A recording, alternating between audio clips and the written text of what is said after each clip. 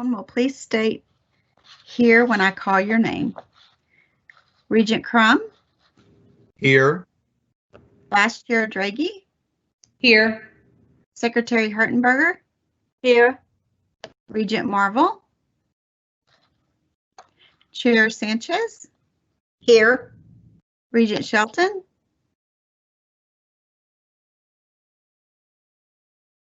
Regent Shelton?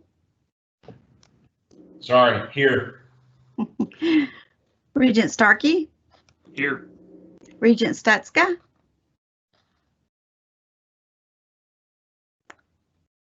Regent Stutska?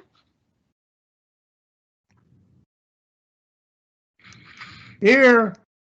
Thank you. Regent Tackard? Here. Dr. Crystal Albrecht? Tammy, I'm here. I just want to make one correction. When you're calling the roll, Alan Phillips will not be in this meeting today. His presence was not required, so we gave him the day, gave him a pass on the meeting. Okay, thank you for that. Dr. Jade Bourne? Here. Wendy Del Bello? Here. Karen Edwards? Here. Dr. Cynthia Griffith? Here. Carl Steger?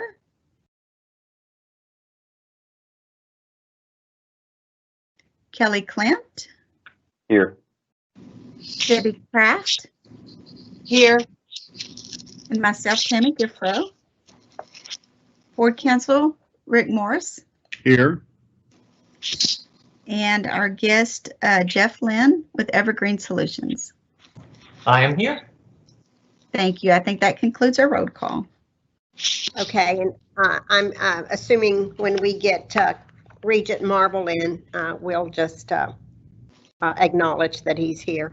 At this time, I am going to call this meeting to order, and it is 12:02. Dr. Albrecht, do you certify that the notice of the meeting was posted in accordance with Title 5, Chapter 551 of the Texas Government Code?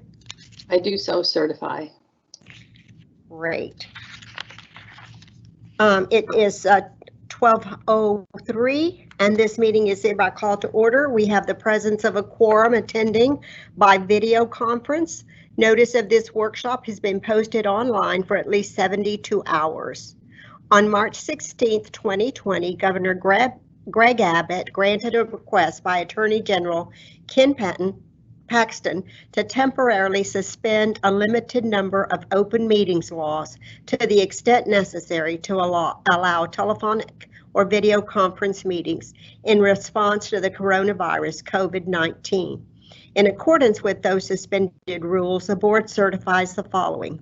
A, although members of the board are not gathered in a central physical location, we do have a quorum in attendance at this meeting by video conference. This meeting is being held by video conference because the convening at one location of a quorum of the governmental body is not appropriate during the COVID-19 public health emergency. Based on current guidance from federal, state, and county authorities concerning large gatherings and social distancing during the COVID-19 public health emergency, there is no established location for an audience to observe the meeting.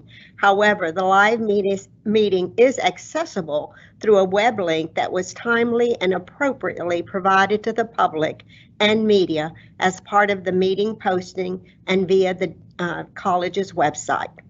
As we would at any in-person meeting, members of the public who have followed the standard instructions for registering to speak during the public comment portion will be allowed to speak for 5 minutes. All other meeting procedures will adhere to board adopted procedures to the extent practicable. A video recording of this meeting is being made and will be available to the public on the college's website. At this time, it has been brought to our attention that we have no citizen inquiries, so we will proceed to the next item on our agenda. The Is item number 2, and it is a presentation of Evergreen Solutions LLC, and we are going to call on Ms. Karen Edwards to introduce Mr. Jeff Lynn, the Evergreen Solutions LLC representative, to provide an overview of the findings from the compensation study. This report is for information only. Ms. Edwards? Good afternoon, Board of Regents, Chair and President Albrecht. I am introducing Dr. Jeff Ling, who will be providing an executive summary of the compensation study that was conducted, started last fall, ending around mid-spring semester March, just before we were actually quarantined going into COVID-19. The study was completed and they have now come to date to present to us the summary of their findings. Jeff?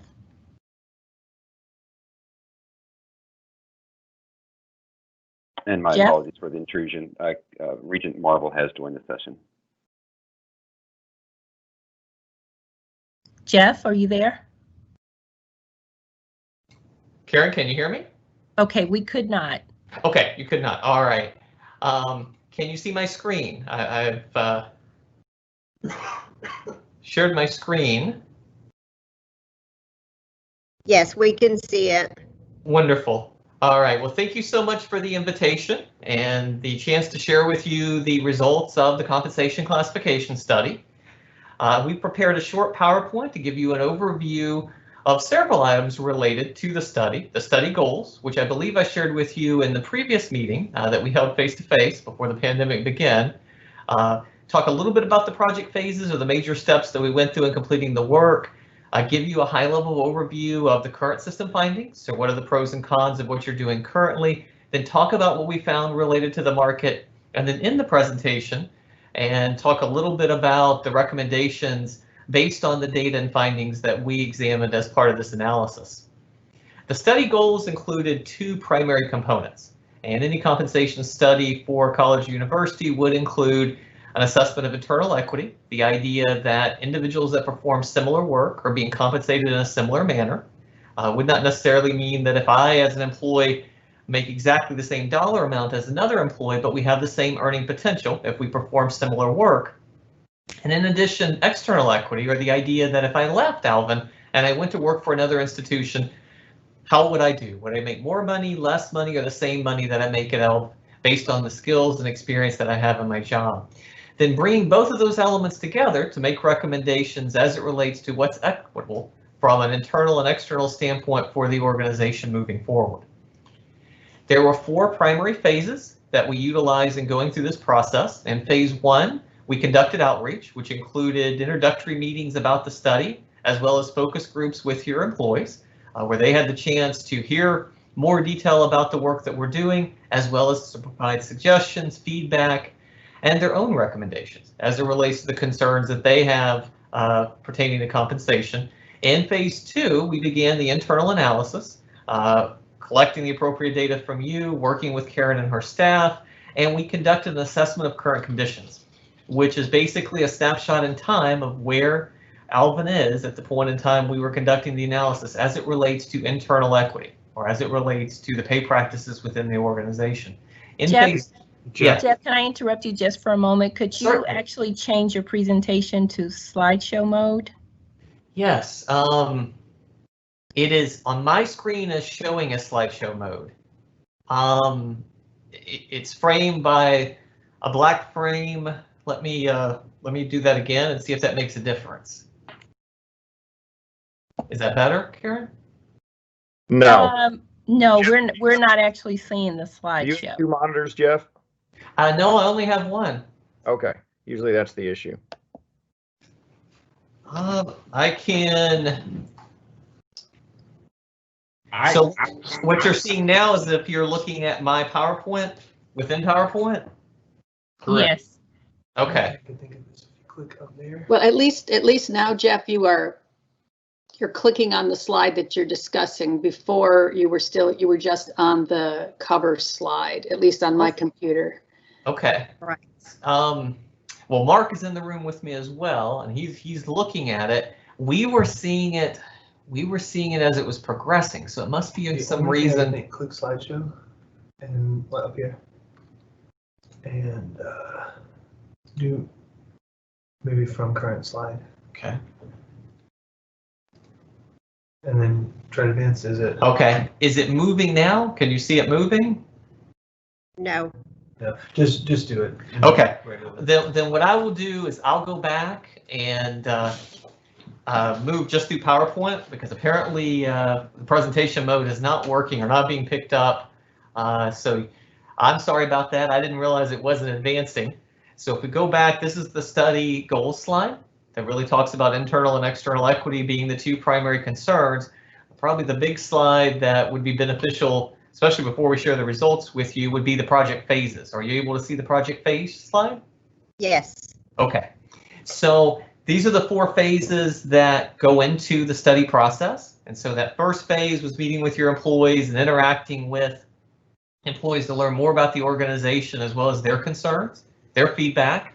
Phase 2 was that internal analysis, or looking at what you're doing currently and in essence identifying challenges that would relate to your current system or your current practices. That came together in the form of a document, that assessment of current conditions, which identifies things like compression, advancement, identifies opportunity for a career path for individuals, really sets that snapshot in time that we're able to utilize to assess, do you have the structure in place that would encourage the type of quality people that you want to recruit, but also to retain over time.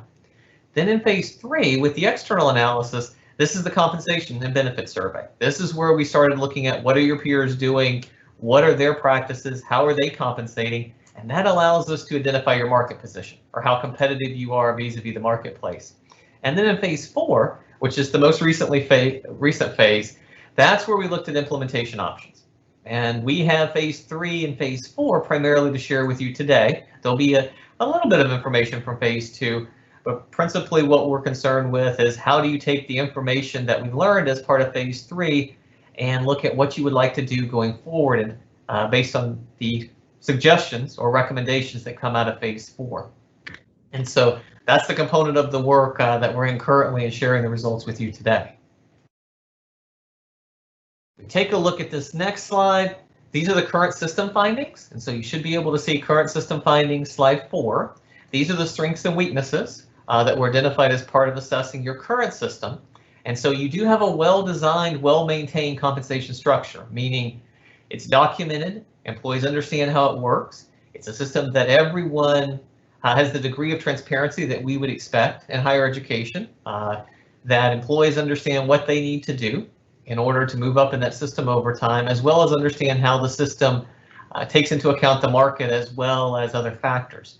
The compensation structures are consistent across each of the groups as well, meaning not only do you have the necessary documentation and transparency, but you also have a system that attempts to align with the needs of specific groups that are present within the institution. Some of the weaknesses or some of the challenges that we found is, and quite simply, although it's not one of the bullets present on slide 4, if you take the 3 bullets that are under weaknesses and combine them together, is things simply changed over time, and the system that you have didn't keep pace with some of those changes. And so the first being the range spread, and that's the distance between the minimum and maximum, or how an employee looks at that would be, if I remain with the organization over time, how much more money can I make if I come into the bottom of the range by the time I reach the top of the range?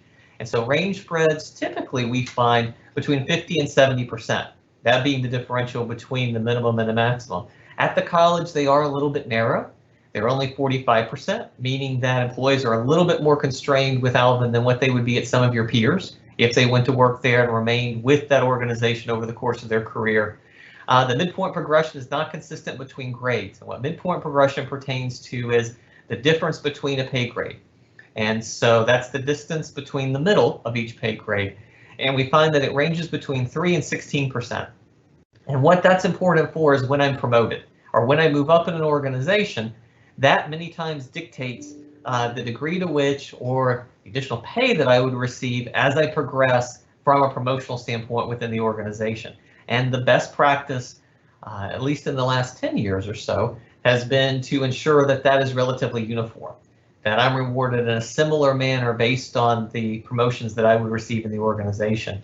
And then the step structure that you have for staff has simply become less common. Step structures or having a number of steps and a certain percentage between those steps are still very common among faculty members, but have become less common among administrators and staff. And so you still utilize a staff-based step plan. We're finding that many of your peer institutions, as well as institutions nationwide, have moved away from those step structures as it relates to the staff positions. They've kept them for the faculty, but they have not kept them for the staff-related support positions.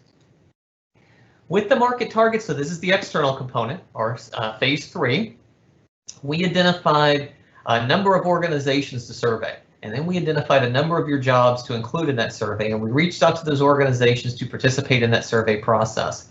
And we received 18 responses for the police department or police-related occupations, and those would include institutions of higher education as well as municipalities.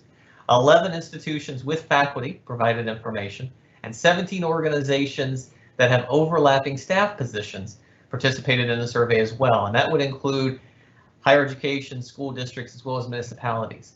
And why typically you see a slightly higher response rate as it relates to the staff positions is quite simply there's more portability or more comparability in the labor that exists across the back office occupations in a college than what you would have among the faculty. Meaning an HR director or an HR specialist will be present in a college, would be present in a school district, a municipality, a variety of other organization types. So would different types of clerks, so would different types of facility workers, so would other blue collar occupations. And so typically we have a slightly higher response rate for those positions in which many different organization types would employ. All responses are adjusted for cost of living differentials. We recognize that all places that someone might live, the pay is not the same and the cost of living is not the same. And so that's one way that we ensure that things are apples to apples. And a total of 61 staff jobs, including police, were benchmarked, meaning 61 of your total jobs were included and all levels of faculty for those comparison purposes. If we take a look at who participated in the process, the next slide goes into which organizations participated and provided data to us. And so on the left-hand side of your screen, you'll see the police responses. In the middle, you see the organizations that provided faculty data. And then on the right-hand side, you'll see that mix of organizations that include school districts, counties, as well as other higher education organizations that participated on the staff side in providing data. And so relatively large samples that we would be comparing you to for paid practice purposes to look at how competitive Alvin would be versus this market as a whole. In the next slide, labeled market results, that shares with you or summarizes for you what we found out. So for staff, what we found is that staff as a pay plan, so this is not individuals, this is not what Sally would make or Tom would make as an individual, this is your plan itself. Your plan itself is roughly 4% behind at minimum, meaning on average a staff member starts off just about 4% behind where they would at another organization type that they would go to work for. By midpoint, if I remain with the college and I reach that middle point of the range, I'm about 6% behind, and at maximum about 7% behind of what the market value would be. Police, including all police positions that were surveyed, there's a larger gap. Starts off at 27% behind, moves to about 25%, and then at the end of my career, if I were on average to reach the maximum, about 23% behind. For faculty, what we found is most of the positions average just about, at least at midpoint, around or between 5 and 10%. So you are competitive on 9-month, 10.5-month, and 12-month faculty at the point of hire. Then over the course of my progression through the range, I become a little bit less competitive by midpoint, and I become even more outside of what the market would expect me to be paid if I remain with the organization to reach the maximum. So again, the negative values here within this table indicate the degree to which the college is behind the market.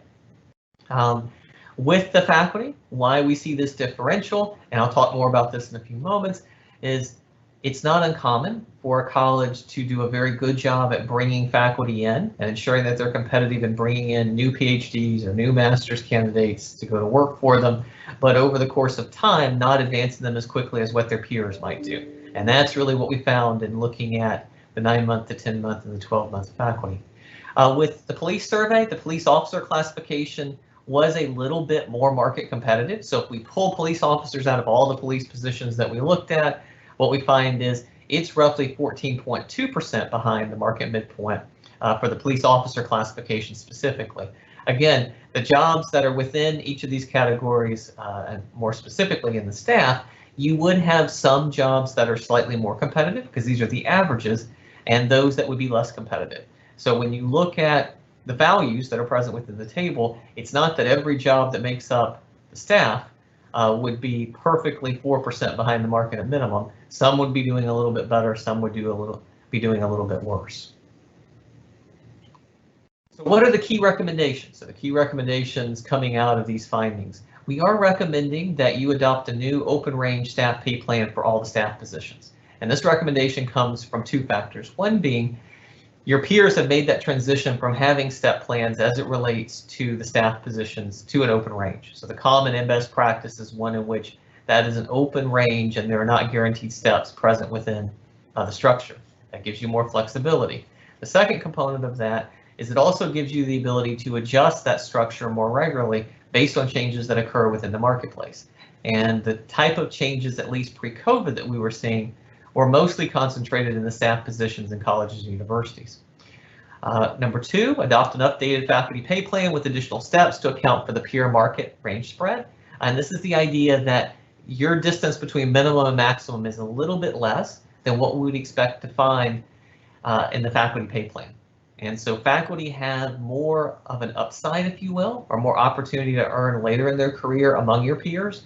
And this may be hurting you when faculty are making the decision about coming to work for Alvin, but it may be hurting you as well with mid-career faculty deciding, I really have run out of earning potential at Alvin, but if I go somewhere else, I'll have more years that I can earn more money, and it may be influencing their desire to stay or to go or remain with the organization. A new police pay plan can be more responsive to the public safety market. Colleges are finding increasingly so that the type of incidents that police are dealing with on campuses, the type of issues that police have to be prepared to deal with are becoming more complex, and they're beginning to be more in line with what's occurring within the communities that the colleges are found within. And so what we do find is more convergence among college police, if you will, with what's going on in the public safety market as a whole. Number four, change the policy to offer employment contracts to professional employees at the director level and above. So changing the contracting mechanism or the employment mechanism for director level staff. Select number five, an implementation methodology to move all employees into the newly recommended ranges. So we are recommending not only that you adopt the structures that we're proposing, but also all employees make at least the minimum within those structures. And so it's not advisable to put in place new systems and have people that are paid or compensated outside of that new structure. It's better to take both actions at the same time, move to the new structure, and ensure that everyone operates or is paid within that structure. And so that's what number five pertains to. Then number six is determine if the salary adjustments can be funded in 1 year or if you'll need a multi-year implementation schedule. And so many colleges pre-COVID were utilizing multi-year implementation schedules. Many of the college clients that we work with currently are either continuing those multi-year implementation schedules or they're beginning to look at other approaches that they might utilize for implementation, given some of the uncertainty that's present within the market. And so number six really pertains to working as a group to identify what would be the best method of rollout as it relates to the recommendations that are present within the study. So those are the major things. I'm sorry for the technical issues. And thank you for stopping me, and hopefully everyone was able to see the presentation, and I'll be happy to answer any questions that you might have. I think Dr. Albrecht and Mr. Morris, would we leave our questions for our executive session, do you think, or? It depends on the nature of the questions. If they are questions that might deal with individual employees of the college, then those questions should be reserved for closed session. If they're generally about the compensation program, then they should be addressed currently in the open session. Okay, so do I hear any questions from any of the board members? I've got one question. Jeff, thank you for that presentation. If you could on your slide that dealt with the key recommendations, the point that you were making regarding, and I'm going to paraphrase it, so forgive me and simultaneously correct me if I need to be, but for existing staff that may have reached their ceiling, your suggestion, if you could clarify this, is raise the ceiling or add more steps for what it would take to get to the ceiling? If you could just expound on that for a moment. That's a wonderful question. So our recommendation is to raise the ceiling, not because the employees would like, although they do, like to see a higher ceiling in their positions, more because your peers have a higher ceiling within the marketplace. And so the raising the ceiling recommendation is coming from, if I worked for another institution, not Alvin, I would have a higher ceiling than the ceiling that's present at Alvin, and that will impact your ability to recruit and retain. And so that's where that recommendation is arising from, looking at what those peer practices are and what they're putting in place. But yes, as a supplement to your question, employees are concerned about that. That did come up when we had the employee meetings as part of phase 1, but that in and of itself would not be sufficient for us to make the change. We would want to see data from your peers that indicated that there's more earning potential among your peers, and we did find that. And it's not additional steps, it's open range. And with the staff, keep in mind, it's not additional steps, so it's not guaranteed. It would be, in essence, within that open range plan, the opportunity to advance if the college so chose for that individual to advance, or they demonstrated the characteristic that the college is requiring, but it would not be guaranteed that they could advance into that higher portion of the range. Thank you. You're welcome. This is Regent Marvel. I have a question. Yes. All right, so with the impending shortcomings we anticipate in revenue over the next couple of years with taxing, we anticipate COVID's going to affect us. We've seen several institutions around here already predicting significant budget shortfalls. Has this been a discussion within your group and some of those entities you work with to talk about realistic implementation? Regent, yes, as you can imagine, all over the country there are concerns with in higher education about, will the students return in the fall? Will classes be present? If classes are not present and education is only delivered for another academic year electronically, what will be the impact on enrollments or revenues? So yes, that's something, even in the best of times, we try to attempt to take into account what's realistic given the budget realities of the organization. What we've been advising higher education institutions and their boards is there's more unknowns than knowns right now about what will happen. And so one thing that we've worked with a number of those institutions on is a plan B, a plan C, and a plan D, if you will. So in essence, depending on what those outcomes look like, what would be those priorities that you could adopt? And so Karen's counterpart in many of those organizations, we, even after completing our analysis, remain ready to provide that support when those questions come up or as boards deliberate, and we would be providing that support to you as well as you go through that process of determining what's feasible and what would be prioritized depending on the resources that you do have available.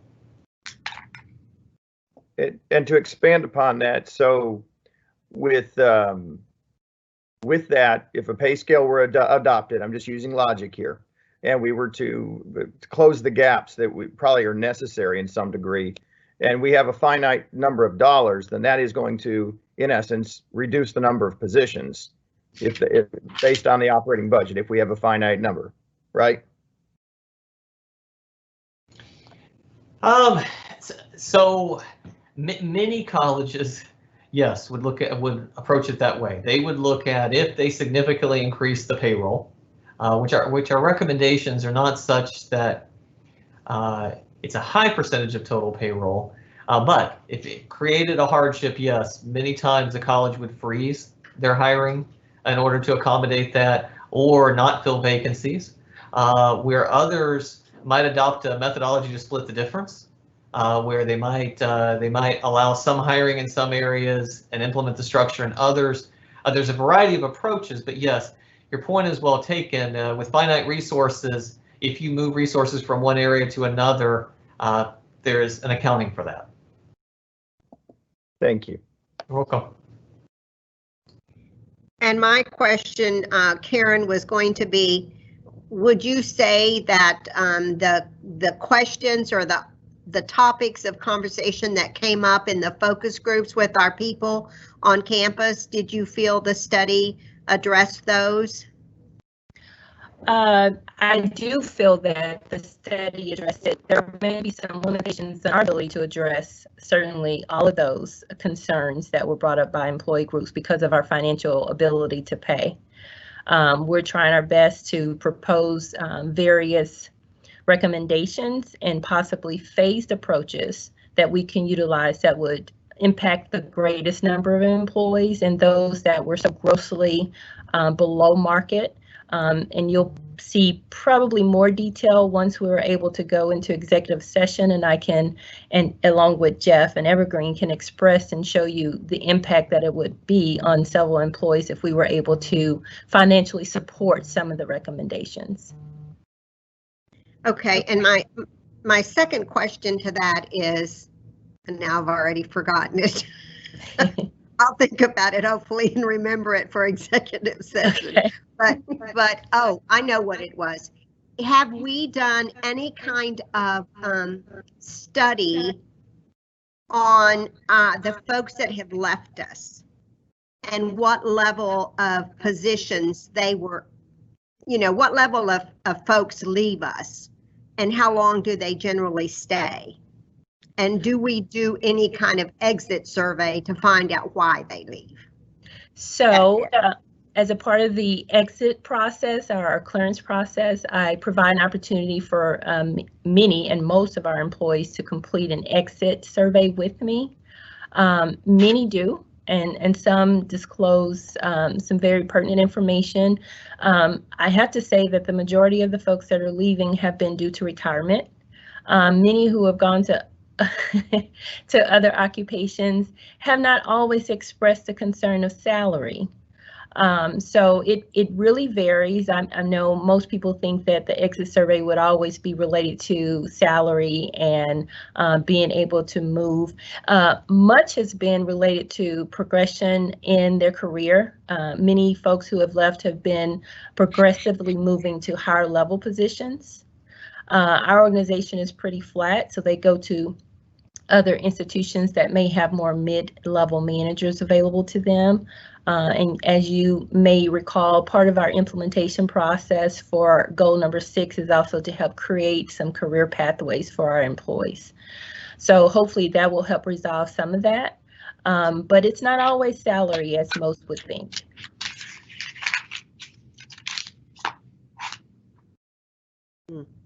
Okay, board members, do we have any more questions for open session? If we do not, then I, at this time, will go ahead and we'll exit this Teams meeting and go into executive session. We are going to now adjourn to a closed session pursuant to Texas Government Code Section 551.071, 551.072, 551.074, and 551.082, the Open Meetings Act, for the following purposes, and the time is now 12:34. Okay, so we will follow your directions on your notes that you were given. Okay, we'll exit this session and go to the executive session. Right, Kelly?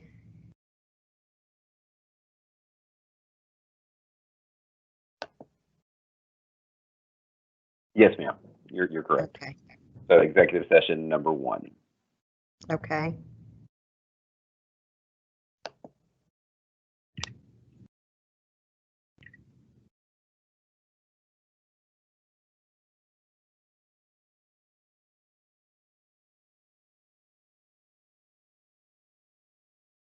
Quick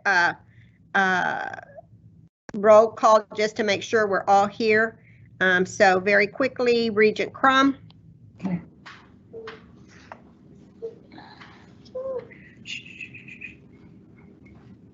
Vice Chair Draghi, Here.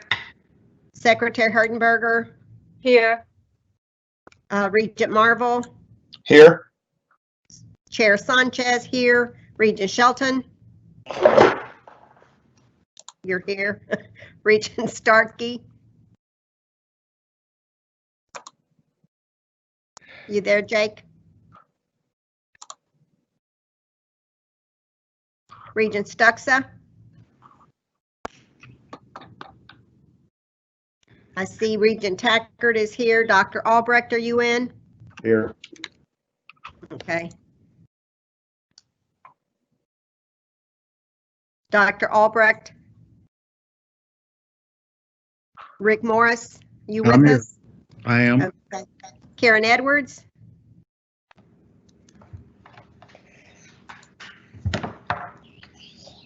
Jeff, are you with us?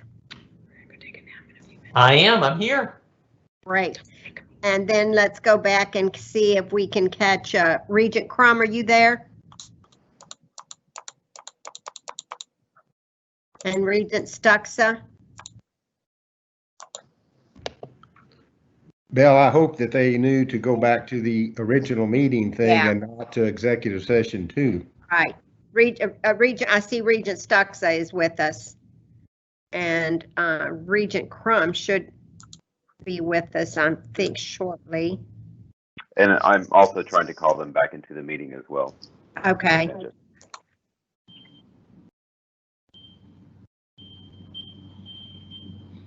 Jake, are you with us yet?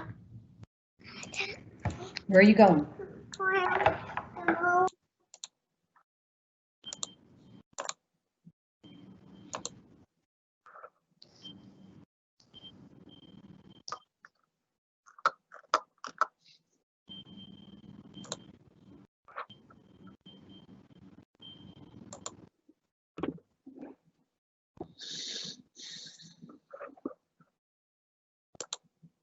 I like that background, Regent Marvel.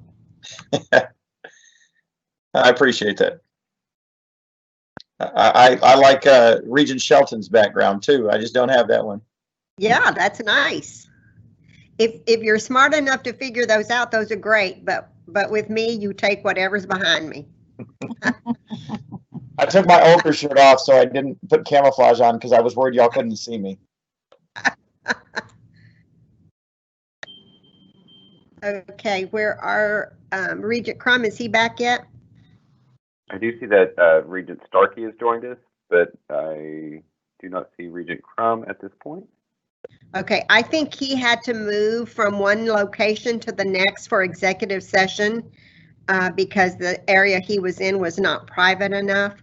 So we have a quorum. I think what we will do is just go ahead and I will call the meeting to order. It is 1:35 and I'm calling the open meeting to order, and we are going to now go to item 4 on the agenda, which is the presentation of the fiscal analysis and proposed 2020-2021 budget. And I'm going to ask Mr. Carl Stager to introduce the item and present the information that we need to have in front of us to review. Mr. Stager? Unmute yourself.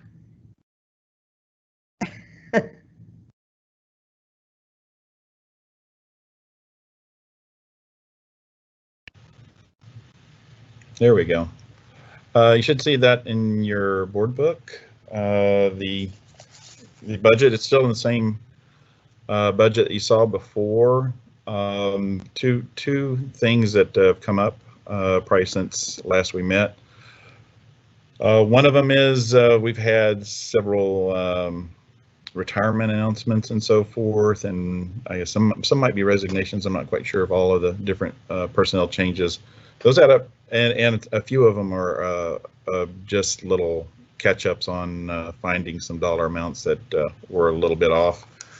But we have about $100,000 in wages that we determined that the wages would be lower next year than mainly due to retirements. That's hiring people in at the 6th step under our current system. as opposed to the people that are leaving that have been here for quite a while and they're at the 15th step at the top of their range. The other thing is that we've received the worksheet last week from the tax assessor collector. And this is a worksheet that we fill out to determine the tax rate. So it gives the basic information that the tax assessor needs to determine that tax rate. And probably the number one thing that she needs is to how much is our interest in sinking? How much do we have to pay on our bonds? And that is what starts off the tax rate calculation, because that is the very first thing that's set aside in the tax rate. And then all the remainder calculation is done to determine our maintenance and operation part of our tax rate. And so I'm currently working with Debbie Kraft, the controller here, to get clarification on that worksheet, because some of the wording has changed due to the law. And one of the line items doesn't totally make sense. So we're making sure we understand what it is we're answering on that worksheet. From that, we will get information that tells us probably what in the old days they called the effective tax rate, which is the equivalent tax rate to which is this current year, and then also information on what used to be called the rollback rate, which was kind of like the effective tax rate plus an 8% increment on top of that. There's new terminology now because the legislature passed that extensive tax bill. Thank goodness we still have that 8% increment. It's just not called, I think, the rollback rate anymore. It may be called the our voter tax rate or voter approved tax rate or something like that. We're waiting to see what that wording is as we hear back from the tax assessor collector. But with this information that we give her, we will get that information back in late July, and that will tell us, what our tax numbers are. And what we would expect to find from this information is it kind of shores up that one number I was referring to in the first iteration of the presentation of this budget, and that was where we did a 5% factor of reducing 5% down from the valuation that we have in May going to the number in July. Well, we'll know probably at least what that 5% factor is. Is it 5%? Is it something different than that? And that's one of the answers that we'll get with this number at the end of July.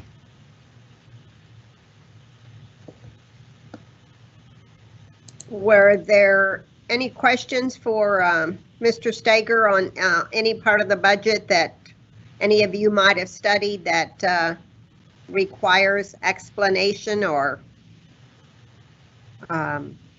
causes you concern? Carl, this is Regent Marvel.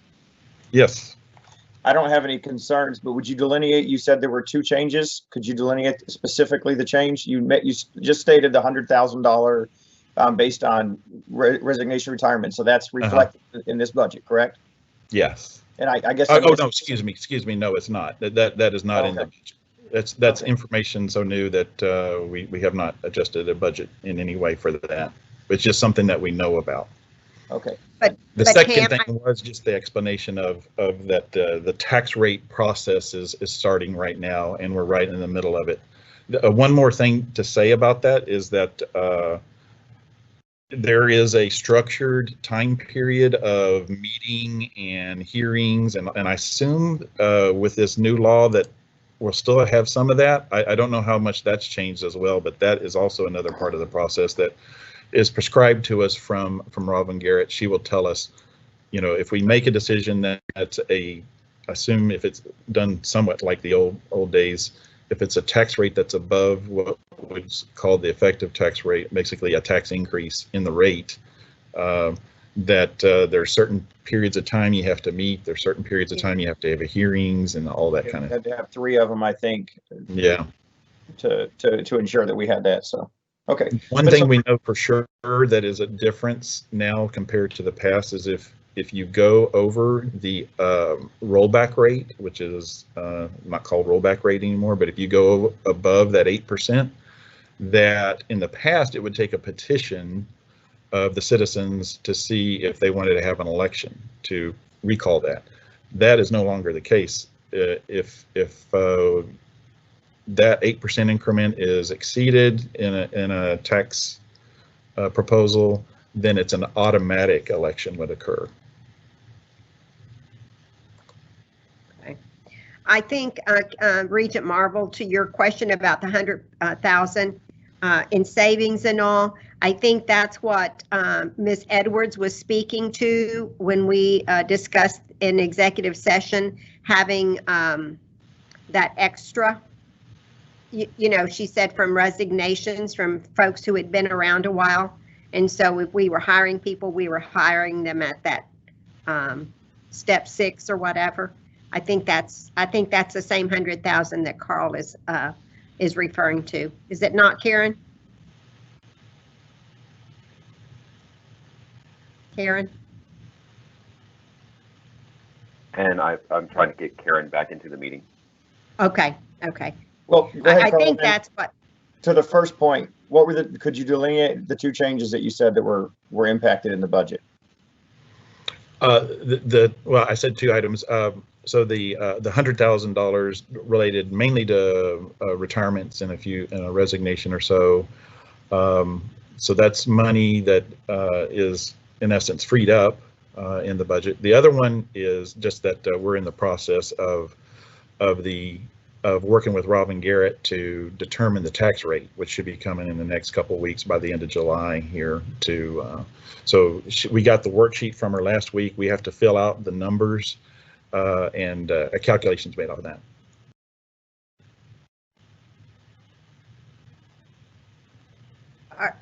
Cam, we can't hear you. Are you unmute yourself, Cam? I am. I'm trying. Okay. Yeah. It's giving me all kinds. Carl? Yes. I just meant there were no changes from this iteration compared to the previous document that we received. That was all I was trying to clarify. Oh yeah. You are correct. No changes. Okay. No changes. It's just new information that we have is what I'm giving you. Yes. Okay. That I was just trying to say because those the way you made it sound like there were changes we reflected. I didn't find any, so I was just no. There's no change. We did not change the budget. We just found new information, and that's about all we have really right now. Right. Is there anything else from any other board member regarding the budget for Carl beyond that? Wow. Well, Chair Sanchez. Yes, ma'am. As this is Crystal Albrecht. As Carl was mentioning, we're really on a time crunch because we won't get the certified numbers back from Robin Garrett. I believe she said not until July 25th, which is an odd day because that's a Saturday. But in any case, we'll have it, of course, prior to our next board meeting. We'll need to look at what those numbers look like. I'm not sure if it may require us to call a special board meeting on or around the workshop date, which is Monday, August 3rd. If we have to do if what we're going to do requires board action, I'm just not sure. But we'll see what we get, and we'll go from there and keep board members informed. But I just want to ask for direction too, and given what we've heard from Evergreen today. And given the fact that we currently have step raise in the budget, and we don't have anything to do with any of this new information, if we're going to be able to do anything to change our compensation plan, it's going to have to be very, relatively soon or within this budget cycle if we wanted to jump onto the new plan. And so we will be looking for direction from the board. I know you just found this information out.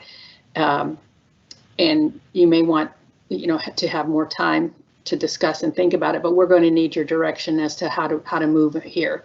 Do we use the 288 that's currently targeted towards steps to put toward the new plan in some way, shape, or form? Because it doesn't exactly fit the 1%, the 1.5%, 2%. Do we add to that dollar amount using some of the salary savings you've just heard about? Do we not do anything and we just progress on with our current plan? So I just offer that out there that we're going to need your guidance. I would like to comment on that if I can. The compensate. Y'all hear me?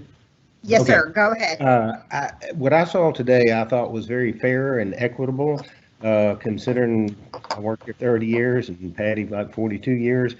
And I feel like we can move forward with this and using that 100,000 and the 288, which will be above what they're proposing for the 2%. And that doesn't mean we have to commit to 2% the next year or the following year if things go to heck in a handbasket. So I really liked what I saw. To me, it was the most fair and equitable. Yes, there are going to be a few employees that I still think, though, with them bringing them up to the bottom point and then the 2%, I think most everybody's going to fare well. And especially the long-term employees, that's what I'd like to see. I'd like to see this happen, but that's my comments. I agree with you, Andy. I agree. This is Regent Draghi. I agree with exactly with what Andy said. And I think at this point in time, everything is really tight for everyone's budgets, and I get that. But I think if we were to do what was recommended, I just think it would be so well received by our employees. They would get just that little bit of a boost in morale of what they need to let them know that we are thinking of them, even though it's tough and it's hard, and but we're thinking of them. Just my opinion. Regent Shelton here.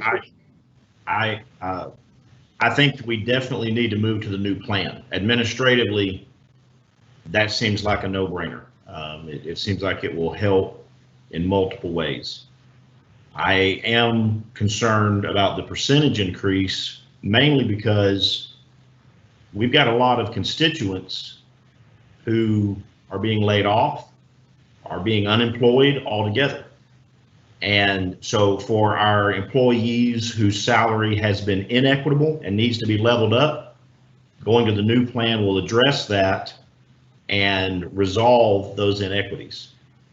I'm hesitant at a 2% figure only because I know so many are not, we got a lot of constituents, we'll put it this way, if they are keeping their job, they're certainly not getting a raise on their job. And I completely agree, we want our college staff to feel appreciated. But as someone who probably in the next week is going to have to lay more people off, a lot of people right now are just happy to have the good job that they have had. And they understand that if they don't get much of an increase this year, they're understanding of that. And I believe if we were to go with a 1%, as I understood from Karen a while ago, most people would get a something. It's not a big something. It may not be enough something to even, go buy much of an extra lunch with, but it's a something that says, you know what, my job is secure. They value me. And if everything bounces back the way that we all hope that it does, next year we could do a little bit more. So that's just my take. This is Regent Hertenberger. I concur with you, Regent Shelton. This is way past due. We haven't done anything since 1977. I lived there for a long time, so I can tell you, a lot of people are really going to rejoice that we adopt these changes, and I think that the recommendations are wonderful. But I'm concerned about doing anything, maybe the 1%, but doing too much at this point in time. Because we have so many unknowns. I mean, we don't know what's going to happen. And is this the time to implement it to the 2% level? I don't feel comfortable supporting that at this moment. I'm hoping, and like we all are, that this thing turns around and we can say goodbye to the coronavirus. But we don't know what's going to happen. But yes, I definitely feel like we need to do something. And maybe if we can't do the 2% now, if we can show that we are at least moving the college in a new direction that I think is going to benefit more people, I think the college employees will applaud that, especially if maybe down the road we can come back and maybe compensate a little bit more when we know where we're going. That's my 2 cents. This is Roger. Can you hear me? Hello, Yes, sir, we can. you can.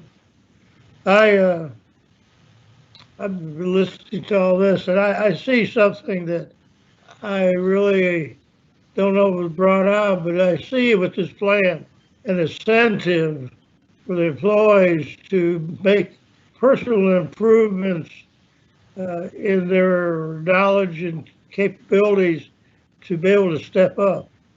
That's the incentive is very important. Darren's 1% and the 2, we're between 1 and 2. We could consider 1.5. I would think 1 or 1.5 is where I would fall into and hold back on the 2. I thank you all for the time. Regent, Thank you, Regents, Dr. Regent Marvel. Yes, ma'am. Trying to address you appropriately. Chairperson, I think everyone is on point with everything. And I think that I am probably a little more of, Carl, the same question I ask you every 2 months, what's our institutional reserve? And my thought is to make sure that we had that money there for a crisis. Although we are in crisis, we are not in an imminent crisis where things are about to fall apart. And I want that cushion there. And so from my perspective, I think we're long overdue for a payroll restructuring. The 1.5%, 1% probably makes sense to me. I'm all for giving them something. Even though some of our partners are giving nothing, I think that's something to say is, look, we're raising the bottom. We're going to, we value you. And the fact that now we are enticing folks to continue their employment with this organization long-term is, I think, the most important thing, because as a community college, I would assume that the majority of our employees live in this community, are taxpayers of this community, at least probably at the TSCM level. And so it's well-deserved for them to get this opportunity, and simultaneously, let's incentivize them to stay. Chair Sanchez, may I offer up a? Yes, sir. Yes, ma'am. Go ahead. Ms. Crystal Albrecht, would you like for Carl to come back to our, we could put it on the budget. Can we put it on the workshop? I'm trying to think. Come back with the 2 options of a 1% and a 1.5%, and what's the impact on the budget for the next budget iteration? Or maybe we could even, Carl, you could even send it out. It could even be something that could be sent out to the board just so they'd have advanced knowledge of it. It will give us some cost savings, I do believe. Yes, I think that would be wonderful if he could send that out to us so we could each study it. I think what I'm hearing, let's see, I've not heard from Regent Crum, but I think by and large we all are very happy that we're moving to this mode of doing things. We're catching up with the rest of the world. After 1977, we finally arrived, and so I think we're all eager to move in this direction, and I think we're all want to do something. So I am hearing 1 to 1.5%. So if yes, Carl, if you could get that to us, that information to us, so that we can be ready to act on it at our, when is that next? When is our? Help me, guys. It's August 13th is our next regular, right. Well, no, it's the next regularly scheduled board meeting that we would have the numbers for, because we don't have our tax numbers for the 23rd. Right. So that we would be prepared. But at least what we can do is at least let y'all know that we are all leaning in that direction. Would you not say, folks? Yes? Agreed. Yes. Oh, yes, and we could bring them, Carl, we could bring the budget back. Yeah, we're going to bring the budget back on the 23rd. I forgot that's right. We have that. We just still won't know any more about the tax dollars is all, but we can, that is on the agenda for the 23rd. So I was getting nervous that we weren't going to have another meeting, but we do have another one. Okay. Yes. Good. So we'll plan on discussing it further, and then if you have by some miracle something should drop in your lap, Carl, information on our situation, then we can deal with it further. Okay. Do we have any other comments or questions about our? I have a question for Dr. Yes, Jody, Albrecht. go ahead. A moment ago, you mentioned that if we did the 1 or 1.5%, that there would be a cost savings to the budget. Is that correct? So I believe so because, well, we'll have to see the numbers, but I believe that definitely with a 1%, there's going to be cost savings from what we currently have in there. I believe, Okay. Carl, because right now it's nearly 300,000, and so bringing up to par was the 35, and then a 1%. I don't have that number in front of me, but I think it will be. Okay. I think it will be a cost savings. Okay. And then plus we have that other 100,000 that we're happily surprised about. That's coming our way too. So you can make that adjustment in the budget too, Carl, so we can see that. Right. Okay. All right. So, okay, so that's what I want to make sure, that if we do this, there still will be a cost savings. It's not going to cost any more to our budget. And the 2% would probably even do the same, or at least maybe a break even point. But I think everybody on the board has pretty much suggested 1 to 1.5. So. Okay. I have a question. Thank you, Vice Chair Draghi. Anything else? I have a question. Go ahead, Secretary Hurt. Dr. Albrecht, I know this is, well, it's pertaining to the budget. I noticed in the athletic budget, we've got $389,200 allotted. What have we had any discussion as to what we think is going to happen with our athletic department? Yes, thank you for that question. And that number probably will come down too, because we have been in a lot of discussions, and we had a webinar last week, and we have another one, I think, sometime this week. But what we have, at least are tentatively proposing for Alvin Community College, is that we will not have a fall season. We will have practice only. We will not travel. We're keeping in our back pocket perhaps an opportunity to do one game with Galveston in which our athletes would drive themselves individually, no bus, because we don't want them packed in a bus together. Practice will begin later. It's not until August 28th. Normally they're gearing up to start practicing right around August 1st. So as I talked to Bill Lewis has been quite ill, and so I've been having to work more with the coaches rather than he. But we think we can trim the travel budget at least, and see what the spring brings. We're fortunate we don't really have fall sports, and some of the other colleges that do, we believe the recommendation from the upcoming webinar is going to be that all of the fall sports are shoved into spring. We think that's what's going to happen. So yeah, we have been talking a lot about it. It's one of the areas that my hands have been wringing over, because it's just very scary to think about it. And we have already had positivities on campus with athletes, and so I'm glad that we are trying to be on the conservative side there. Thanks very much for asking that question. So that's another area to trim, possibly, Carl. Yes. I have a follow-up on the question, please. I think we just spent a lot of money for a bus. Yeah. Yes, we spent money on a bus lease for sure. Yes.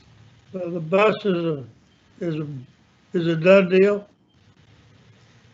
Yeah. So it's a leased bus. It's about a little over 25,000 probably, so a year for that lease. Well, do we need to lease it right now or hold off? We received it about 2 months ago, We're committed. We signed. We sure did.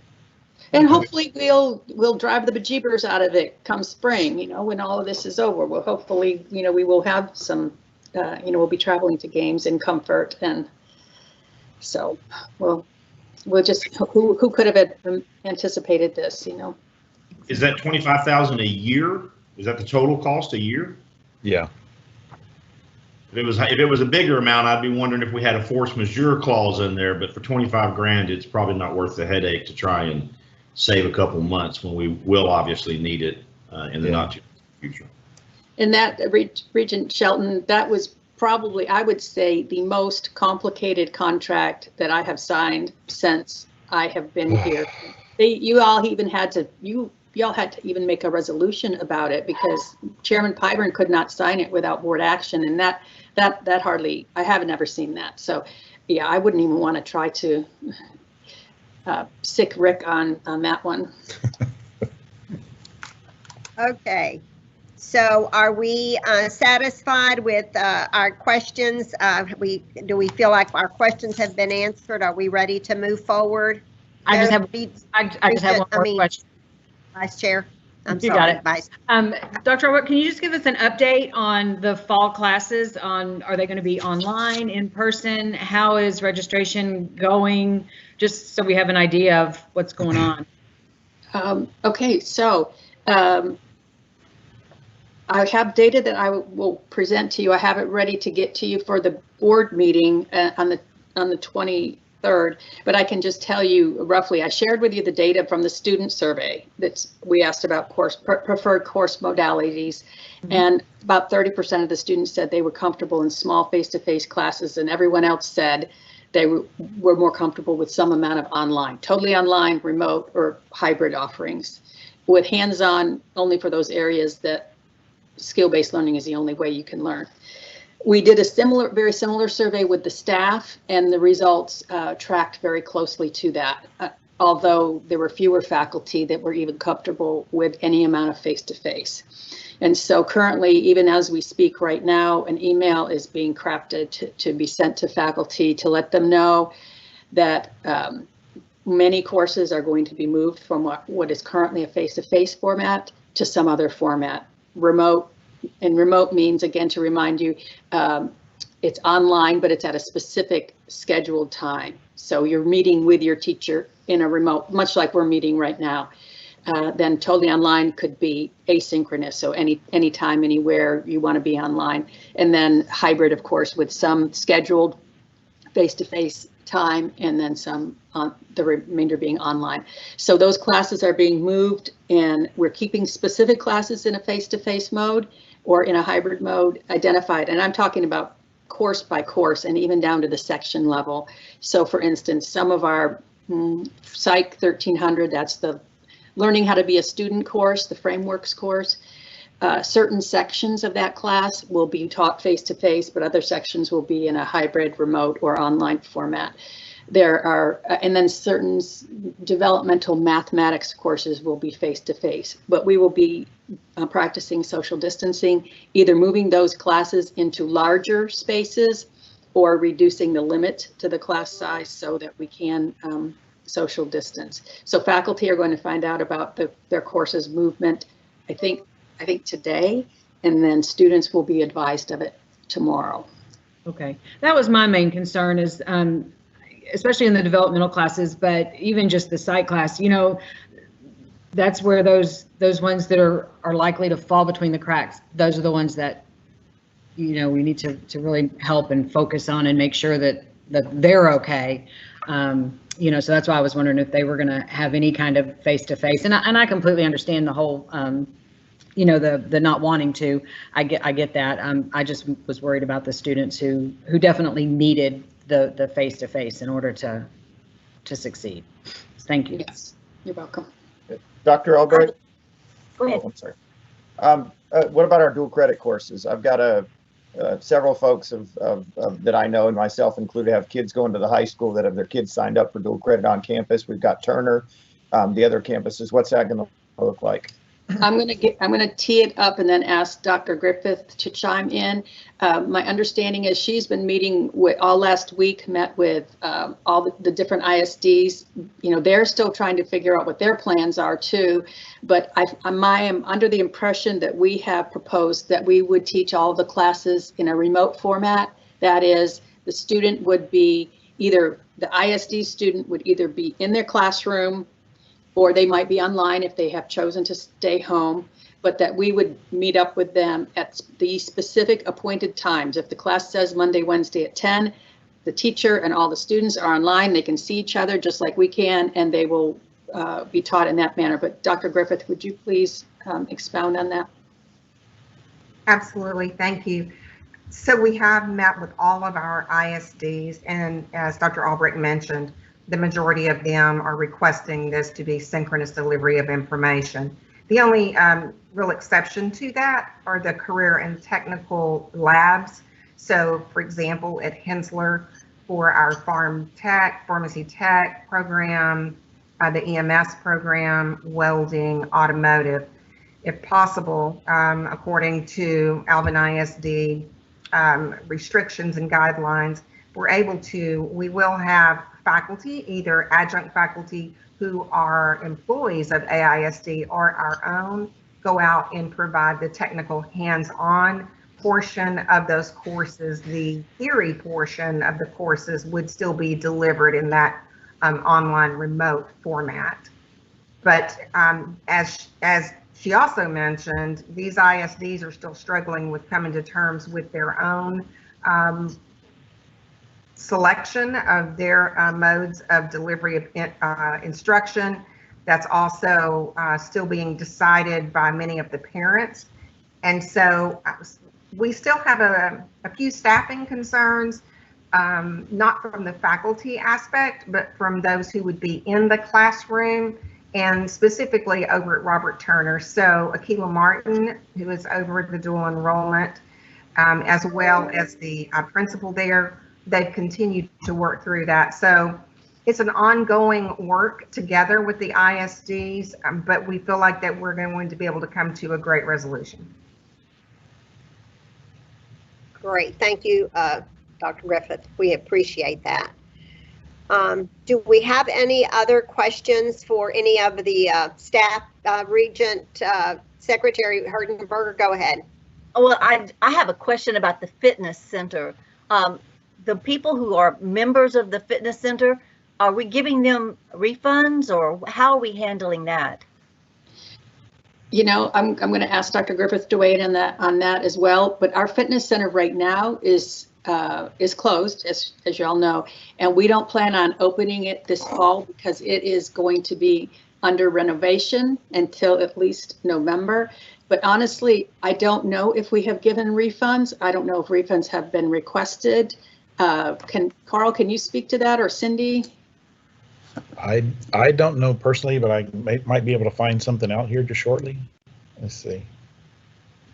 Dr. Albrecht, I'm not aware either. However, we certainly don't want for those members to be paying their dues without having access to the facility. And so I'll follow up with Bonnie Johnson, who is over that area, to determine what's the current status.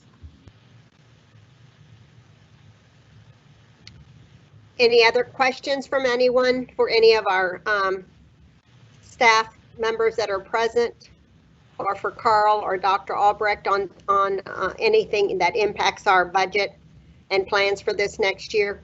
Okay, I'll ask it. I know I did last time, please. And is Karen still here? He was Yes, trying to get her back. Good. Yeah. Yes. Karen, can I get just an update on the dean position in student services? Are we close to getting that person in place? The committee has actually met, and they are going to be screening this week the candidates, and we'll be making some recommendations for us to start considering those candidates for interview. So we are moving forward. That's great. Sounds good. Thank you. Sounds good. Okay, final call. Anyone have anything else for anyone in this group before we go into executive session? Very well. If we have no further questions, we are now going to move from open session to executive session. We will now adjourn to closed session pursuant to Texas Government Code sections 551.074 to deliberate the evaluation of ACC employees, including but not limited to the college president's goals as related to the president's evaluation. The time is now 2:11, and so we will, you're going to join the executive session 2. Okay, go and join executive session 2. Thank you.